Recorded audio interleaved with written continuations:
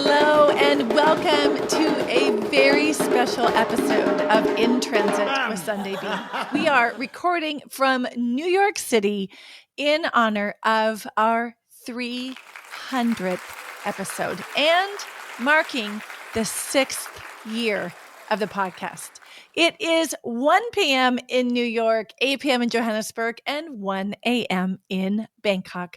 Welcome to In Transit with Sundae Bean. I'm an intercultural strategist, transformation facilitator, and solution-oriented coach. And I am on a mission to help you adapt and succeed through any life transition. Thank you from the bottom of my heart for joining me in celebrating this 300th episode. Today is a huge milestone in my life and in the life of this podcast, and of course, for my business, and I hope as a community. And this is why I'm even more excited that I am recording this live from New York City because, as I'll tell you in a moment, New York holds a special significance to the podcast. And just a warning, I flew in last night. I'm a little bit jet lagged and my heart is wide open. So I hope not to get too mushy in this episode, but you've been fairly warned.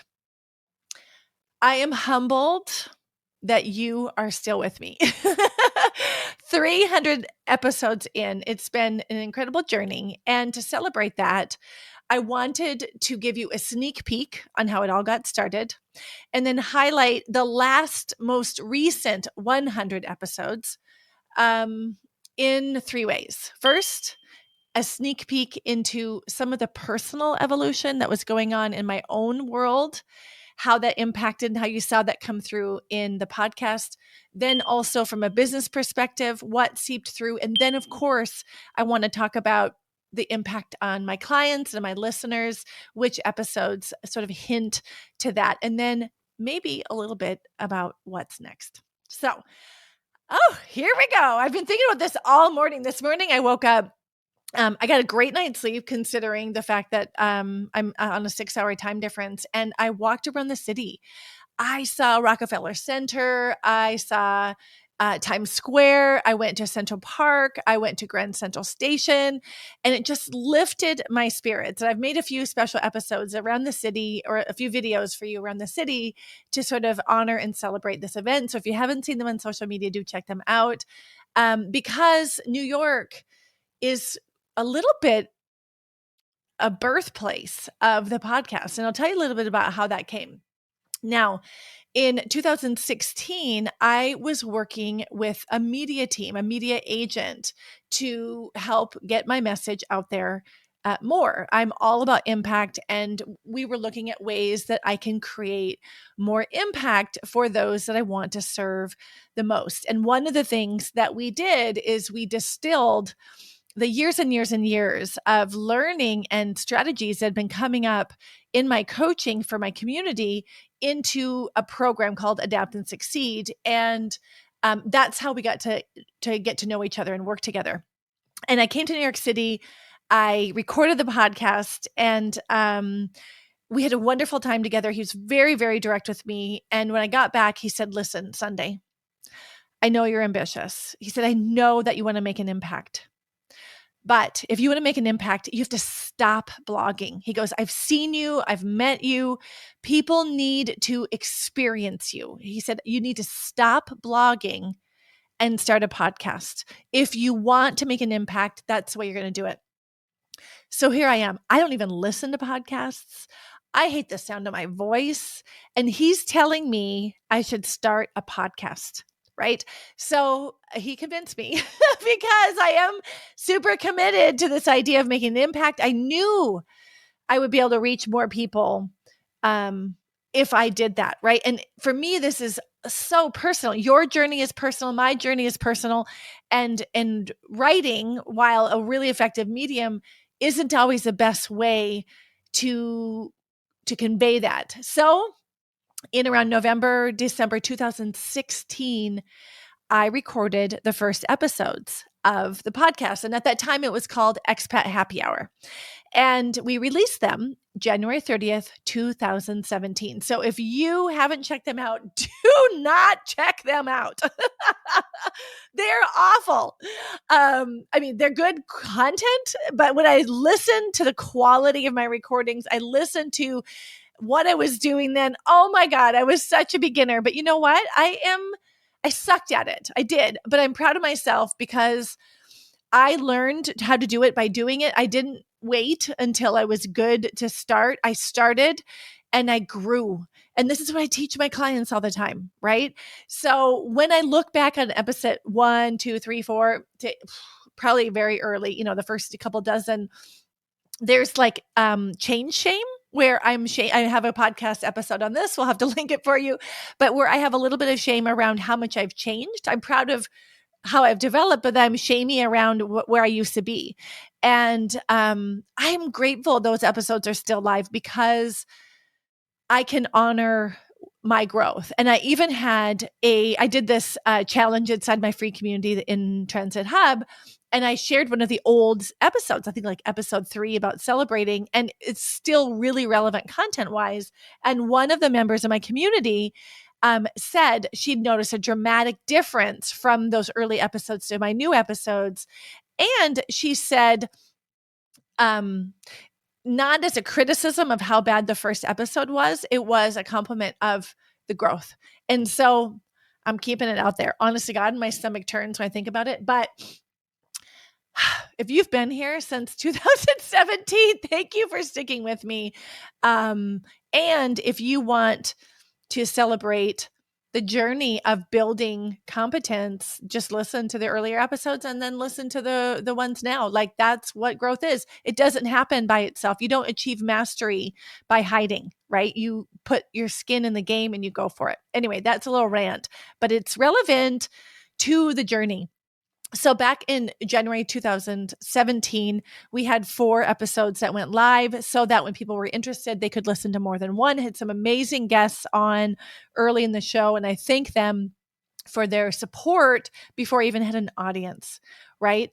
And then I just went for it every week, putting out episodes. And here we are 300 episodes later. I had no idea then that I would be recognized on lists as top XYZ podcasts, right?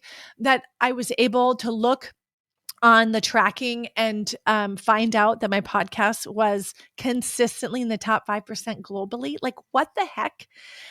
So this is only happening because of you. And thank you for your trust in my messages and in my guests, in my ideas, and everything I do is centered on what I'm learning in my life, in my community, and with my clients. So thank you for being part of that.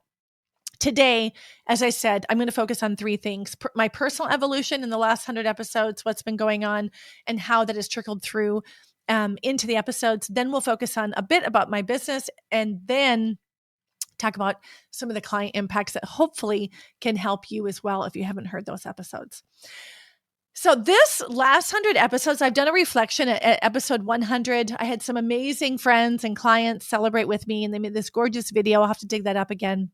And I celebrated 100 episodes. 200 episodes in, I talked about the consistency commitment, how being consistent, I had 200 episodes week after week without a break and had lots of challenges in the meantime, and why that's important for your business. And now in this one, 300, I think it's important to highlight how we bring our own ambitious transformations, our own life in transition, how that becomes transparent in everything that we do and how it can enrich everything that we do. But it is a process of having to be courageous to make it happen. So what probably you saw happening before it became official is I was already going through a personal transformation and a business transformation, but my branding and the naming and everything hadn't caught up yet. This was back in May 2021. I did an episode 226 called The Space Women Crave. And this was so vulnerable for me. it felt almost like, I don't want to appropriate the term coming out, but it felt like this revealing of something inside on the outside. And it was very close to my heart. I felt it very deeply. And I hadn't yet shared it with the world. And the Space Women Crave ended up being my battle cry for what would be wisdom fusion and intergenerational learning. So here is something that I was going through personally and was inspired by a series of conversations with women that I care about, and create a manifesto. Here's a little sample. I believe that each woman has wisdom inside of her that is hard earned, wisdom and experience that is underestimated at best, undervalued at worst. I believe that this wisdom may be buried under layers of shame, humility, or self-doubt, and thus has not yet seen the light of day, nor reached the capacity to fully touch other women's lives. I believe that each woman has hard-earned life experience, and if shared, the resulting wisdom from this collected insight could benefit another woman to overcome similar challenges. So there you go, me bearing my soul on what I believe. And as I said, this became a battle cry or an invitation to explore intergenerational wisdom. It resulted in a community of women aged 20 to 70 plus. We spent 8 weeks together having deep conversations, learning and connecting. And there's still so much more that I realized I haven't shared about this experience. And when I was preparing for this episode, I realized I'm basically sitting on a treasure chest of wisdom that I gained during that special year together. We started out 8 weeks, and then we continued to connect over the year and are still in connection. And it made me think maybe that's something I should do in 2023, share that more with you. But it's been powerful. If you haven't read the entire manifesto, check out the Wisdom Fusion link. It also led to an article being published in Forbes on the topic, and Lifetime Friendships. It also was the springboard for me to get connected to other topics, which I'll share more about with you, and then learn and get to know experts in the field. So from something that was so deeply personal, and I took that space in my heart and in my business, and I'm grateful for that. So what led into that, right, is beyond all the things I've mentioned before, was a much deeper awareness around not only the reason why intergenerational learning is so important for all of us, but also a greater awareness of the importance of battling ageism. So I was able to get to know a group of experts who are making massive contributions in the field in terms of intergenerational learning, dismantling ageism, focusing on more positive psychology around ageism to extend our life. And that is all because of my own personal journey. And I was able to share that with you. And I'm so excited to share their wisdom, the guests that join me with you as well. So just briefly, if you haven't checked out those episodes, please do go back to episode 287, Dismantling Ageism with Ashton Applewhite. She is a UN award-winning author of the book, This Chair Rocks. She has many, many other accolades to her name, and her expertise is really top class. Here's a little bit of what she had to say about ageism. You talk about how ageism casts a shadow over our entire lives. Can you say more about the scope of that? Ageism is any judgment on the basis of age. Anytime we make an assessment of what we think someone is capable of because of how old we think they are, sometimes it's called reverse ageism when it's directed against young people, but it's just ageism. We don't need that extra label. And that is why it casts a shadow across our entire lives. Although we live in a youth-obsessed culture in the West where youth is commodified. So I will say that older people bear the brunt of it. Ashton was so amazing. She and I were able to connect later, and we did a special feature inside my community in Transit Hub on the intersections of ageism and sexism. So if you haven't checked that out, then join us in the In Transit Community Hub, and we'll make sure that you have access to that. In episode 288, The Intergenerational Garden with Rabbi Chaim Herring, we did so much laughing and heart-to-heart talking about the importance of intergenerational learning and what we can do to nurture our friendships and nurture intergenerational connection and why it is so important. So here's a little bit from that interview. Some friends of mine good friends are gardeners. And one day a friend of mine was talking about his perennials and describing how, it's the same root system, but every year, the flowers die off. They form seeds for the next iteration. They're nourished from the same root system, but they look different. But you could also see similarities. And I was stopped in my tracks. I thought, wow, that is the human task, right? It's really to relinquish that which has restrained us, to retain that which is still helpful, and then to make sure that we're planting seeds for renewal that still has some continuity with the past. It doesn't matter what age you are. You may not have the awareness, depending upon your human development stage, that that's what you're a part of. But that's something that I think by articulating explicitly, right, we can be reminded, we each have a role in this. We have a stake in one another's success. I was delighted to have Natasha Ginivan join us in episode 289, Aging and Positive Psychology. She helped me really see the importance from a social scientific perspective, why we need to pay attention to our language when it comes around aging. Have a listen. Do you see patterns in attitudes to aging and how people are treated?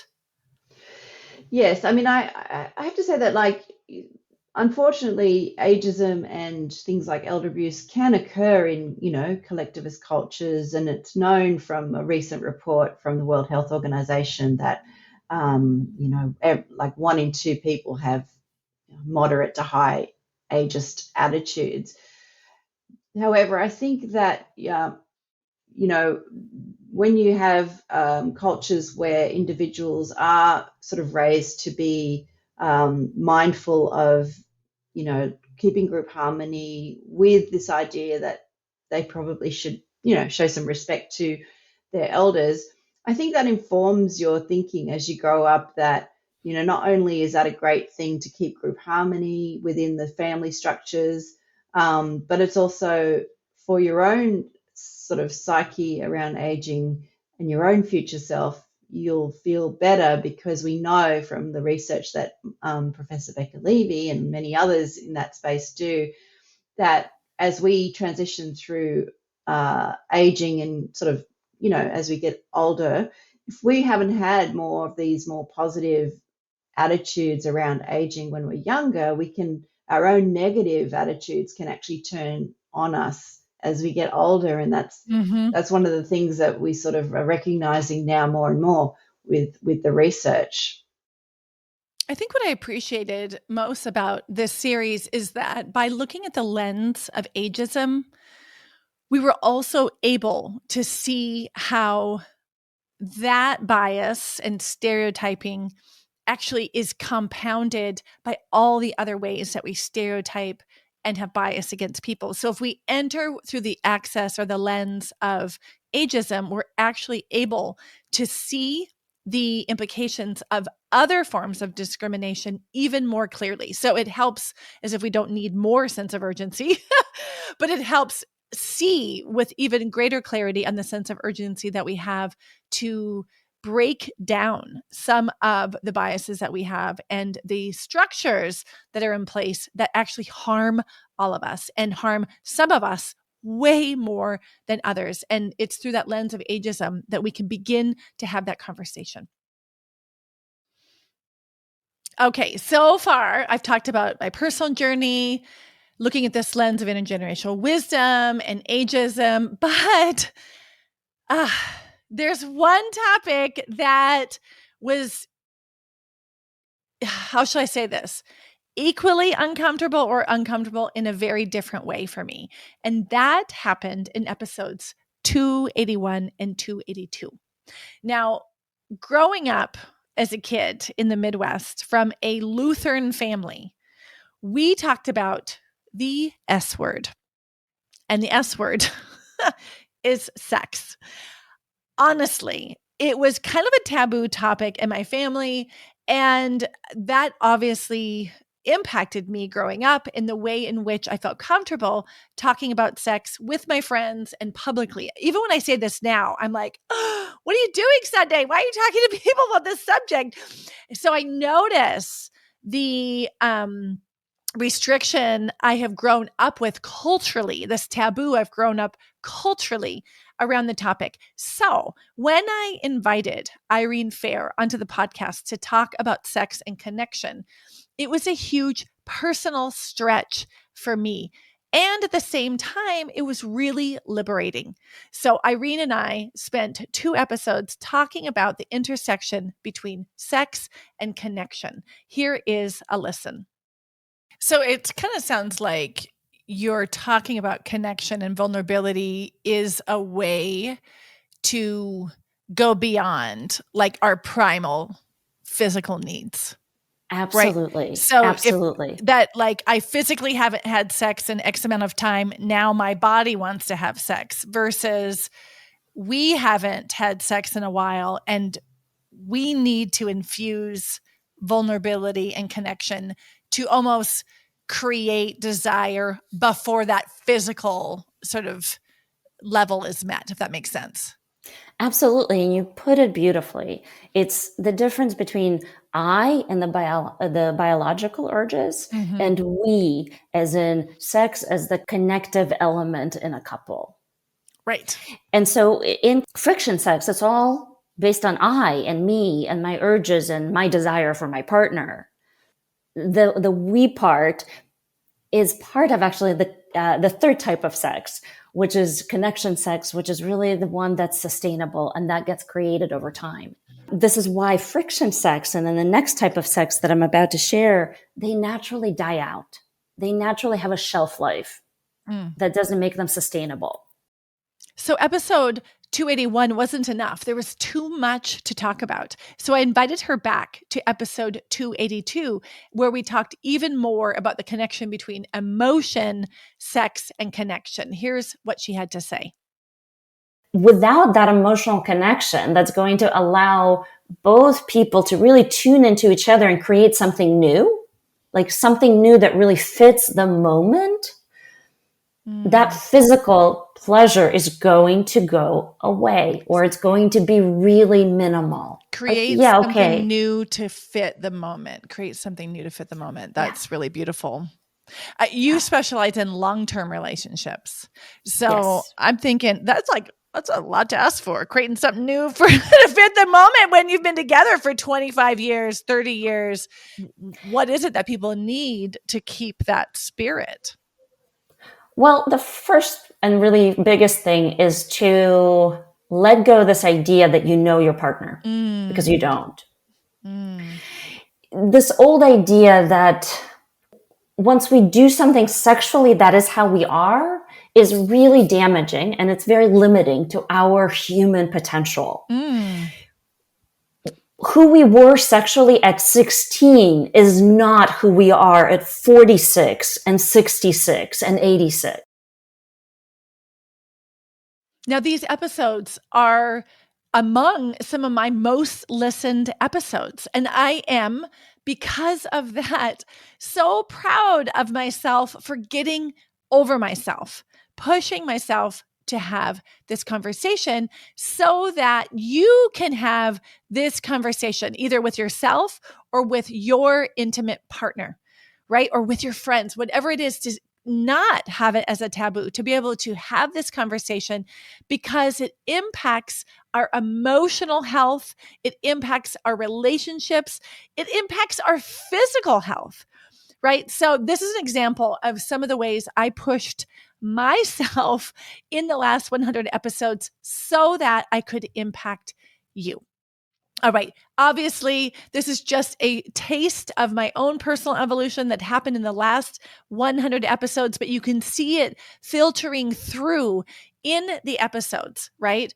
And they also came through my business. So here's a little sneak peek, as promised, into my business evolution.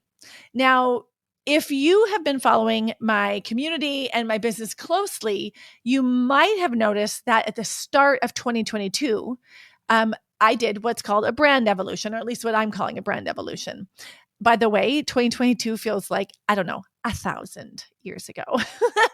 But what happened was, what we were seeing in the original episode of The Space Women Crave, where I talked about intergenerational learning, we started to see how what I wanted to talk about and what I really believed in, what I was hungry to discuss and bring into the world, wasn't always connected to expat topics. It was connected always to expats because we're humans and because we're in transition, right? But I was more interested in the juicy parts of life rather than the one layer of the multiple layers of our identities, right? Or one layer of our lived experience. I was no longer comfortable with centering the global mobility aspect of our identity. And at the same time, I always wanted to center what was core to that identity, and that was transition. Right. So you started to see that happen back with that episode where I wanted more space to talk about juicier things. And then I was able to do the business evolution to bring my brand and naming in alignment with that, to give me more space to talk to you about more. Right. So I was able to take what I was already talking to my clients about, our lives in transit, our ambitious goals, how our lives are always in transformation, whether it's internally led or externally led or performance led. That was always happening in my business with my clients. I just hadn't made it transparent to you yet, to everyone yet. Right. And I did this episode where I gave kind of an inside scoop on that process in an interview with Amel Deregi from Tandem Nomads. So I'll put that in the show notes if you're interested to get a behind the scenes view. So what was going on for me in the beginning of 2022 was sharing with you my own ambitious transformation and life and business in transition, and then helping you see how that was happening in your own life. Right. So part of that was happening at the beginning of the year. You noticed my branding changed. Some of the namings were changing. The podcast name changed. And it was, it felt so right to do so. Even though I have to be honest, I was scared to do so. I didn't want to lose you. I didn't want to disappoint you. I didn't want to make you mad by changing something that you were attached to. And I realized it was actually the opposite, that people appreciated it and they felt more space for themselves as well, and even more seen. So anyway, thank you again for being so kind and generous in that transition for myself and my business. So in episode 266, we talked about the constant transition. And here is where I'm different from other transition specialists. Most of the time, when you hear literature in the global mobility space, they talk about transition, and there is a beginning, a middle, and an end. And what I really want to say is I call bullshit on that. Sorry, that's my real frank way of saying that. That is not how that works. I wish it were that tidy. Transitions are messier than that. Our lives are not linear. Our emotions are not linear. We have too many layers of our lives and our identity and the complexity of things that we're managing for it to be A plus B equals C. And so I took a stand in that, and that's where we talk about transition, the constant transition. And now when I introduce this framework to my clients, they're able to give them themselves more grace for how they feel in their own transition and their own ambitious transformation, because they are able to see the complexity, to see the multi-layers that are happening. So if you haven't heard the full episode, go to it, 266, The Constant Transition, and here is a little taste. The only constant is change. The only constant is change. We know that, but do we accept it in our whole hearts and bodies? Are you radically committed to living your life in transit with purpose and meaning, right? Living our lives in transit with purpose and meaning is dropping that filter and looking at it and saying, okay, now what? Right? Where's my agency? What can I do? Right? It's recognizing that transitions are happening always. And it feels like they're coming from within us or happening to us, right? And sometimes these changes are welcome and sometimes they're dreaded. I hear that and it's hard. Sometimes our lives are in transition because we self-initiated it. And sometimes it's imposed by others and you can feel powerless. Sometimes it feels right.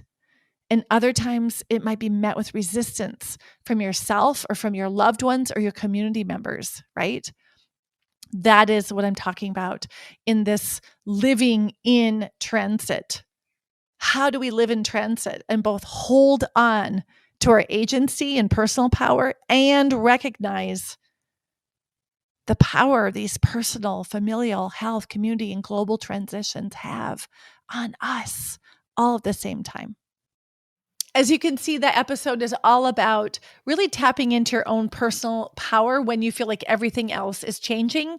Go ahead and check out the other episodes that were in that series, because we talk about defining ambitious on your own terms and 3 levels of transformation that are happening to you, whether it's internally led, externally led, or performance led. Sometimes it's all 3 at the same time. So check that out if you haven't read it or listened to it. We have transcripts available. We have the audio and we have now video since August 2022. So check it out.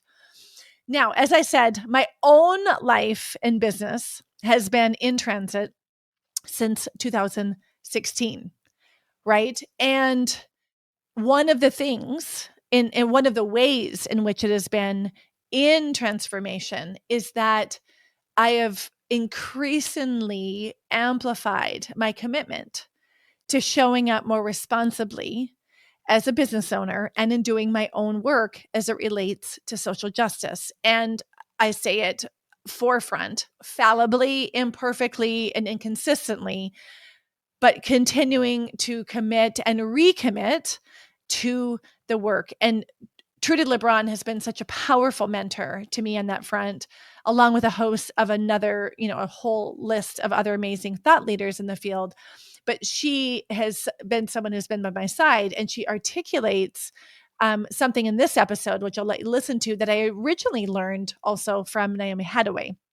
When she came on the podcast and we talked about linking arms, about how can we be more intentional in the spaces we create. And because of that impacted what I talked about before with my community of wisdom fusion. It impacts how I do my work now. In fact, what it's done, it has slowed things down on some levels to create depth and richness so that later we can work together more adeptly. So you'll hear in episode 293, Responsible Leadership with Trudy LeBron, a little bit more about that intentionality and why that matters. I think across the board, when you start to think about building a company, a business, an institution, whatever size, even a nonprofit, really anything that gathers people. When you start thinking about how people will engage in the space and what you're going to need to provide so that they have equitable access, that they can fully participate, it makes the experience better for everyone because everyone now can be contributing at a capacity that they wouldn't be able to contribute if you had these like inequities. And I think that that's, when we look at any of the data around companies that are diverse, that have better outcomes and, better problem solving, like there's all this research around the benefits of it. What is true is that you only get those kinds of benefits when the environment isn't just diverse, but that is equitable, right? Yes. Like it's not just that people showed up, it's that people are contributing.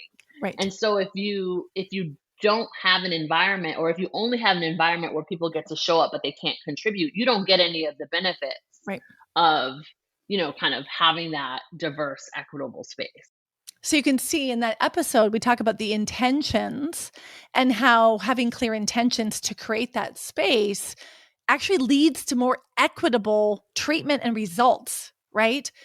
The next idea about intentionality comes out clearly in the episode 297 with Naomi Hathaway, where she's back on the podcast and she helped me shift my focus on the idea of legacy, where we take the idea of legacy as something that we leave behind.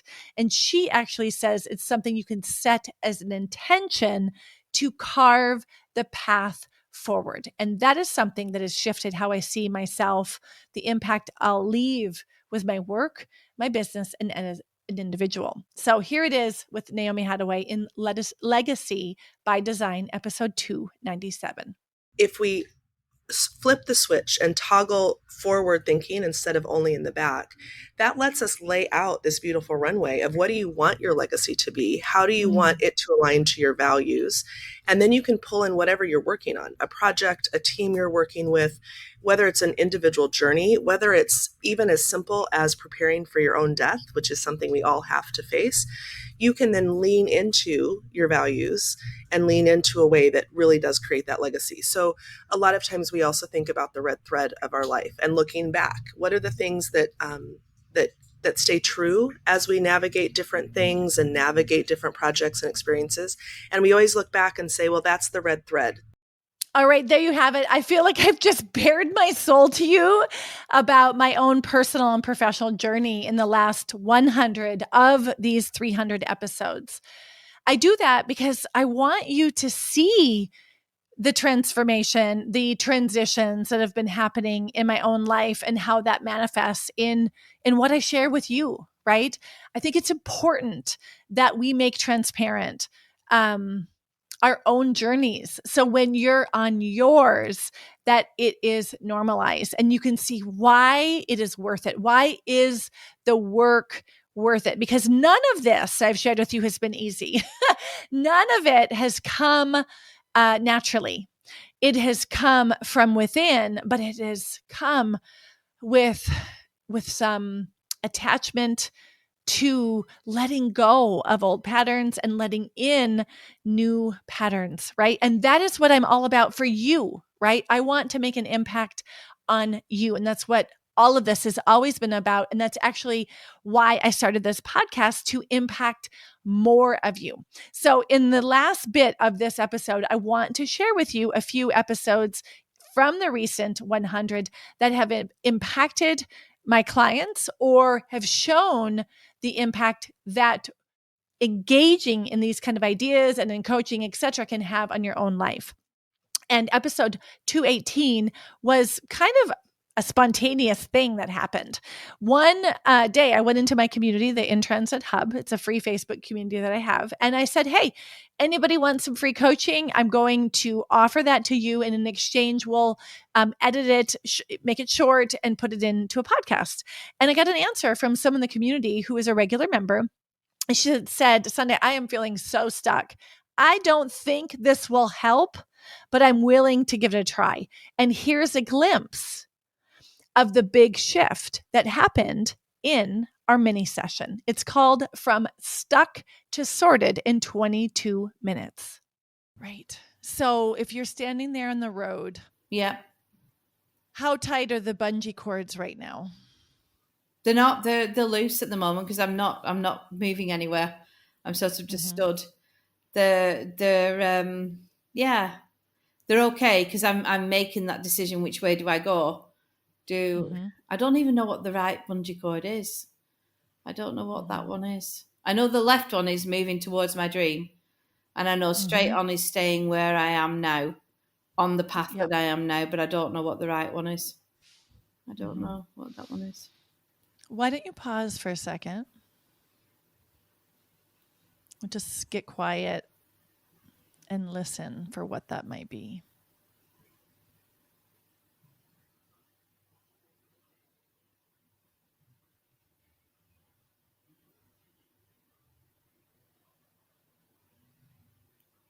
I think it's fear. I just think it's fear.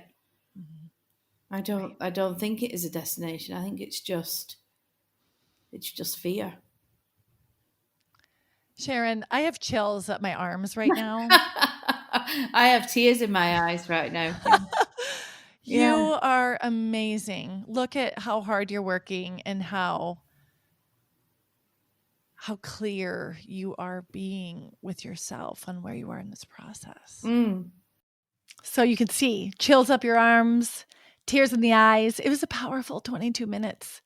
And she was able to experience that because she said yes to herself. She said yes to the experiment of seeing what would happen if she focused on her needs for 22 minutes, right? And at the end of our session, this is what she said. I'm so grateful. Thank you for 21 minutes and 18 seconds of your time. And you have unblocked like this whole, when I jokingly put that comment on your Facebook page, I was like, oh, she's not going to do anything about it, and nobody can do anything about it. It's just going to have to fester for a while. And I didn't for 1 minute think I will get this opportunity to sit with you and to talk with you. And 21 minutes of your time. And I know what I'm doing. I know what I'm going. So I hope what you're seeing from that episode is that it is possible to be sitting in a place of blocked. And in less than 20 minutes, you can gain clarity and know what to do next, right? So it's all about impact. And this is an example of how impact can happen in a very short amount of time. It doesn't have to take long. It doesn't even have to be hard, right? So speaking of impact, here is an episode that I hear consistently from my clients and from my listeners that has shifted their perspective. And that is why I wanted to include it here in our special episode today. It's about knowing the difference between whether you need rest or recovery. And that is from episode 269, Rest versus Recovery. Have a listen. This is an invitation to just think about your own life. One, are you resting on the weekends, or is what you're doing really recovering, right? I talked to someone and they said that they feel bad when they go back to work on Monday because they spend their whole weekend doing nothing. They're so exhausted from the week that they don't have energy to do anything else. So that's recovery and not rest. Right? So if that's you, if what you're doing is recovering rather than resting, what needs to change during the week? So what you're doing is just putting a pause on your responsibilities. Or if you are in a situation where recovery is the next step, are you just telling yourself that rest is enough? Or are you actively building in time and space for the process of healing? And third, when you have something positive, like I've shared here, that you're really or thankful you get to do, have you taken the right steps to proactively plan in time for cleanup after you've invested that extra time and energy in something?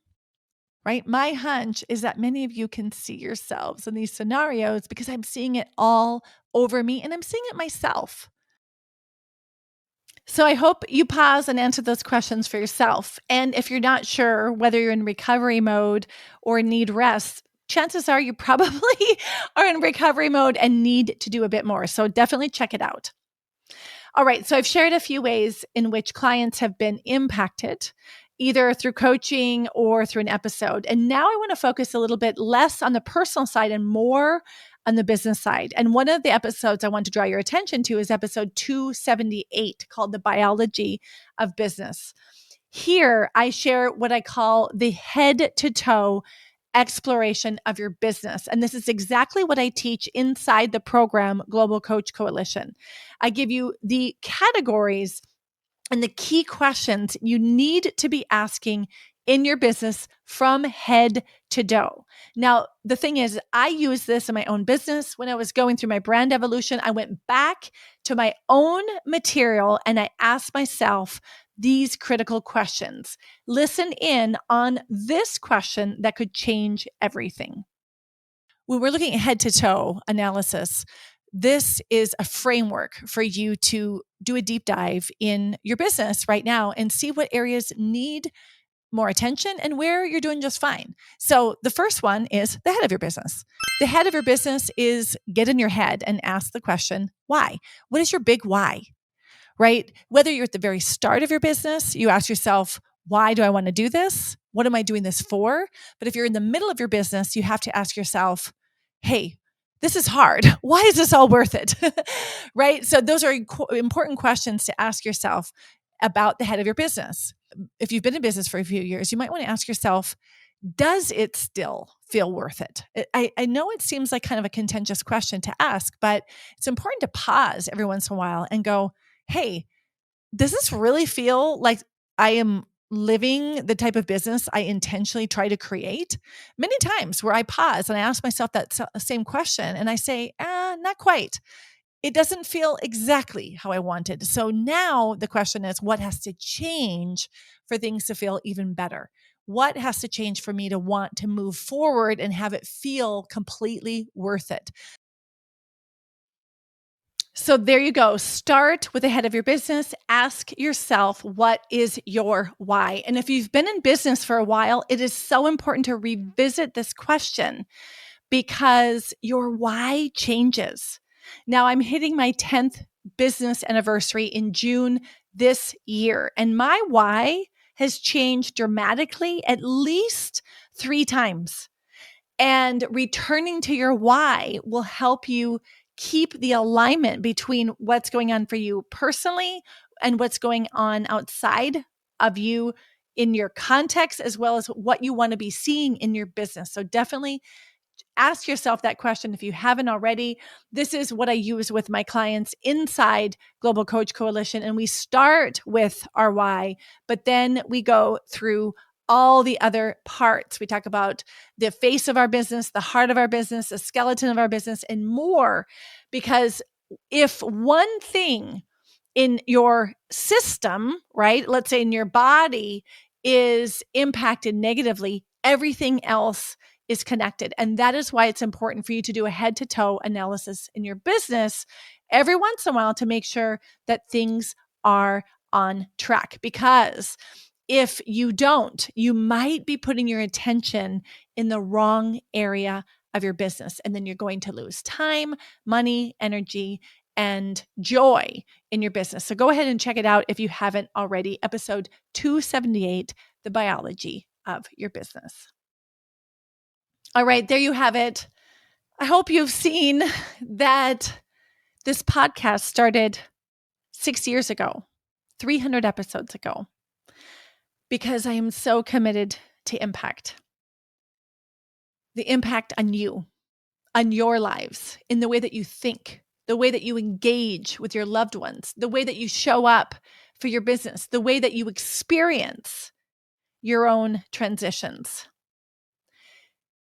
And I have been committed to sharing the straight talk on our lives in transit since the beginning. So thank you for being here. I have much more ahead. I'll tell you a little bit more. We are at episode 300. And there are a few things that I know for sure, and a few things that I am kind of in the messy middle of transition. All right. So I'm going to be really honest with you about that. Here are a few things that I know for sure.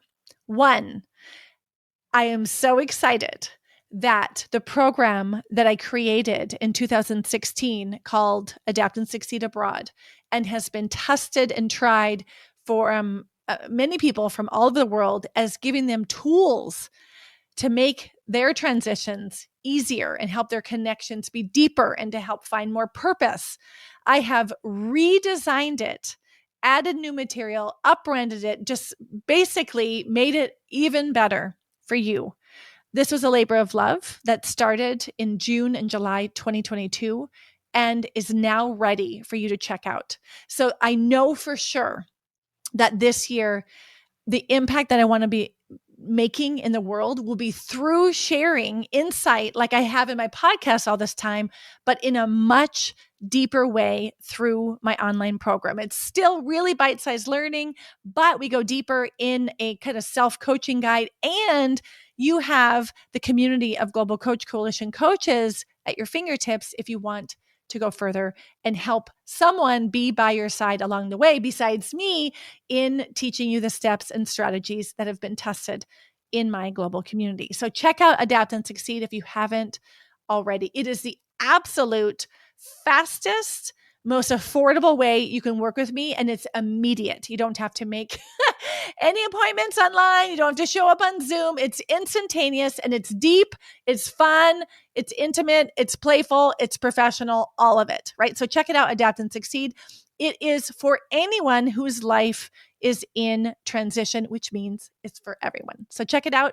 And if you are a coach and you want to serve people in transition, you are working with the globally mobile community, whatever that looks like for you, check out my program, Global Coach Coalition. I haven't talked about it much, but I do want to let you in a little secret that I will be opening the doors to Global Coach Coalition starting March 2023.